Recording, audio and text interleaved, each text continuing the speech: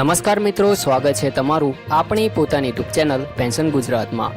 મિત્રો, આજે આપણે ગુજરાત રાજ્યના 60 વર્ષ કે તેથી વધુ ઉંમરના વરિષ્ઠ નાગરિકો તેમજ સરકારી નિવૃત્ત કર્મચારીઓ માટે એક ખૂબ જ મહત્વપૂર્ણ માહિતી લઈને આવ્યા છીએ। છેલ્લા કેટલાક દિવસોથી પેન્શનને લઈને અનેક પ્રકારની ચર્ચાઓ ચાલી રહી છે।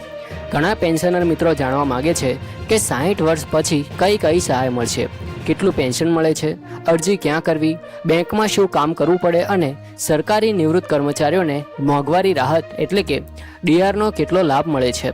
તો આજે આપણે આ તમામ મુદ્દાઓની સરળ ભાષામાં વિગતવાર ચર્ચા કરીશું, તેથી આ વિડીયો અંત સુધી જરૂરથી જોતા રહેજો, જેથી કોઈ પણ મહત્વની માહિતી તમારા હાથમાંથી છૂટી ન જાય।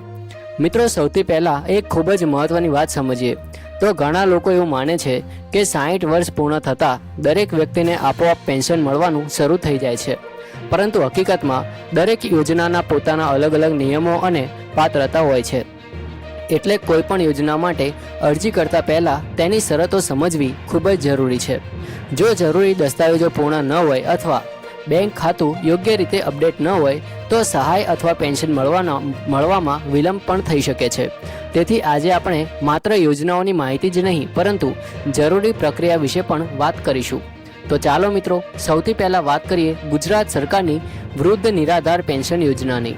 તો ગુજરાત સરકારના સામાજિક સુરક્ષા વિભાગ દ્વારા ગરીબી રેખા નીચે જીવન જીવતા અને બીપીએલ યાદીમાં 0 થી 20 સ્કોર ધરાવતા 60 વર્ષ કે તેથી વધુ ઉંમરના વરિષ્ઠ નાગરિકોને આર્થિક સહાય આપવામાં આવે છે। આ યોજના એવા લોકો માટે ઉપયોગી છે જેમની આવક ઓછી છે અને જેમને વૃદ્ધાવસ્થામાં આર્થિક સહારાની જરૂર પડે છે। હવે મિત્રો, આ યોજનામાં મળતી સહાય વિશે વાત કરીએ। જો લાભાર્થીની ઉંમર 60 વર્ષથી લઈને 79 વર્ષ સુધીની હોય તો દર મહિને 1000 રૂપિયાની પેન્શન આપવામાં આવે છે। આ રકમ રાજ્ય સરકાર દ્વારા સીધી લાભાર્થીના બેંક ખાતામાં જમા કરવામાં આવે છે, જ્યારે 80 વર્ષ કે તેથી વધુ ઉંમરના અતિ વરિષ્ઠ નાગરિકોને દર મહિને 1250 રૂપિયાની સહાય આપવામાં આવે છે। એટલે કે વધુ ઉંમરના નાગરિકોને વધારાનો લાભ આપવામાં આવે છે, જેથી તેઓ પોતાની જરૂરિયાતો વધુ સારી રીતે પૂરી કરી શકે। હવે પ્રશ્ન થાય છે કે આ યોજના માટે અરજી ક્યાં કરવી? તો મિત્રો, આ યોજના માટે સંબંધિત મામલતદાર કચેરીમાં અરજી કરી શકાય છે। ઉપરાંત ગ્રામ પંચાયત અથવા ગ્રામ્ય વિસ્તારમાં કાર્યરત VCE મારફતે પણ ઓનલાઈન અરજી કરવાની સુવિધા ઉપલબ્ધ છે। અરજી કરતી વખતે જરૂરી દસ્તાવેજો, ઓળખનો પુરાવો, ઉંમરનો પુરાવો, બેંક ખાતાની વિગતો તથા જરૂરી પ્રમાણપત્રો તૈયાર રાખવા જોઈએ, જેથી અરજીમાં કોઈ મુશ્કેલી ન આવે। મિત્રો, હવે વાત કરીએ અટલ પેન્શન યોજના એટલે કે APY વિશે। આ યોજના ખાસ કરીને અસંગઠિત ક્ષેત્રમાં કામ કરતા લોકો માટે કેન્દ્ર સરકાર દ્વારા શરૂ કરવામાં આવેલી ગેરંટીકૃત પેન્શન યોજના છે। આ યોજનામાં 18 વર્ષથી 40 વર્ષની ઉંમર વચ્ચે જોડાઈ શકાય છે અને ત્યારબાદ 60 વર્ષની ઉંમર પૂર્ણ થયા પછી દર મહિને નક્કી કરેલી પેન્શન જીવનભર મળતી રહે છે। જો કોઈ વ્યક્તિ 18 વર્ષની ઉંમરે આ યોજનામાં જોડાય તો તેના માટે અલગ અલગ પેન્શન વિકલ્પો ઉપલબ્ધ છે।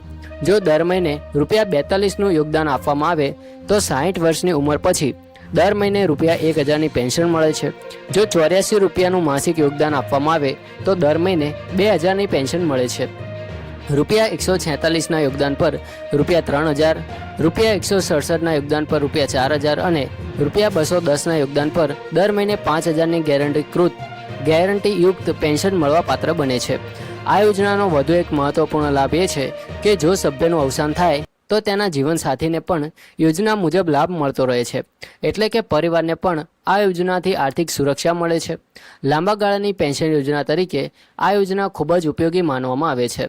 મિત્રો, હવે સરકારી નિવૃત્ત કર્મચારીઓ માટેની સૌથી મહત્વપૂર્ણ માહિતી તરફ આગળ વધીએ તો 7મા પગાર પંચ હેઠળ આવતા કેન્દ્ર સરકાર તેમજ ગુજરાત રાજ્ય સરકારના પેન્શનરો માટે મોંઘવારી રાહત એટલે કે ડીઆરની ગણતરી સમયાંતરે જાહેર થતાં સૂચકાંક આધારે કરવામાં આવે છે।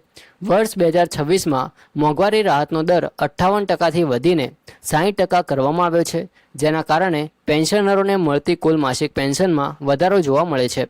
ચાલો હવે આને સરળ ઉદાહરણથી સમજીએ।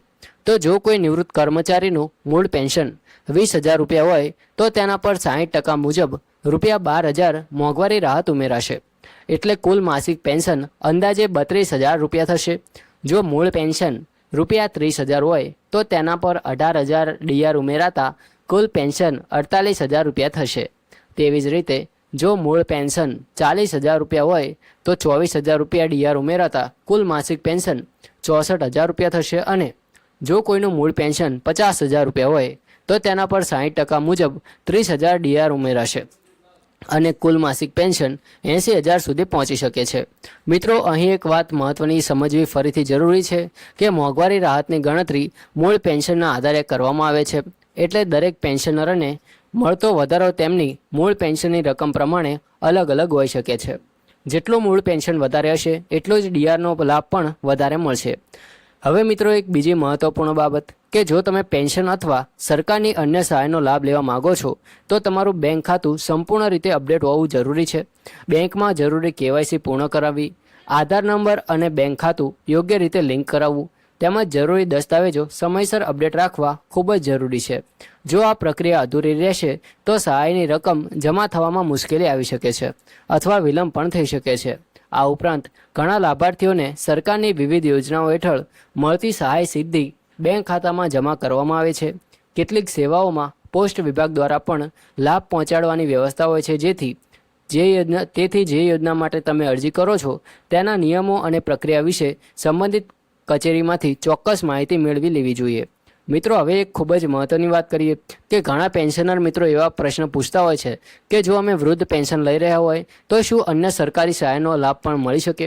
તો તેનો જવાબ છે કે દરેક યોજનાના નિયમો અલગ અલગ હોય છે। કેટલીક યોજનાઓમાં એકથી વધુ લાભ મળી શકે છે, જ્યારે કેટલીક યોજનામાં સરકાર દ્વારા નક્કી કરેલા નિયમો અનુસાર મર્યાદા પણ હોઈ શકે છે। તેથી કોઈ પણ અરજી કરતા પહેલાં સંબંધિત કચેરીમાં અથવા અધિકૃત વેબસાઇટ પર નિયમો જરૂરથી જાણી લેવા જોઈએ। માત્ર સોશિયલ મીડિયા પર ફરતી માહિતીના આધારે કોઈ નિર્ણય ન લેવો જોઈએ। મિત્રો, ઘણી વખત એવું પણ બને છે કે પેન્શનની રકમ સમયસર ખાતામાં જમા થઈ જાય છે, પરંતુ લાભાર્થીને તેની જાણ થતી જ નથી। તેથી સમયાંતરે તમારા બેંક ખાતાની એન્ટ્રી અપડેટ કરાવવી ખૂબ જ જરૂરી છે। SMS એલર્ટ ચાલુ રાખવા અને મોબાઈલ નંબર બેંકમાં નોંધાયેલો છે કે નહીં તેની ખાતરી કરવી ખૂબ જ જરૂરી છે।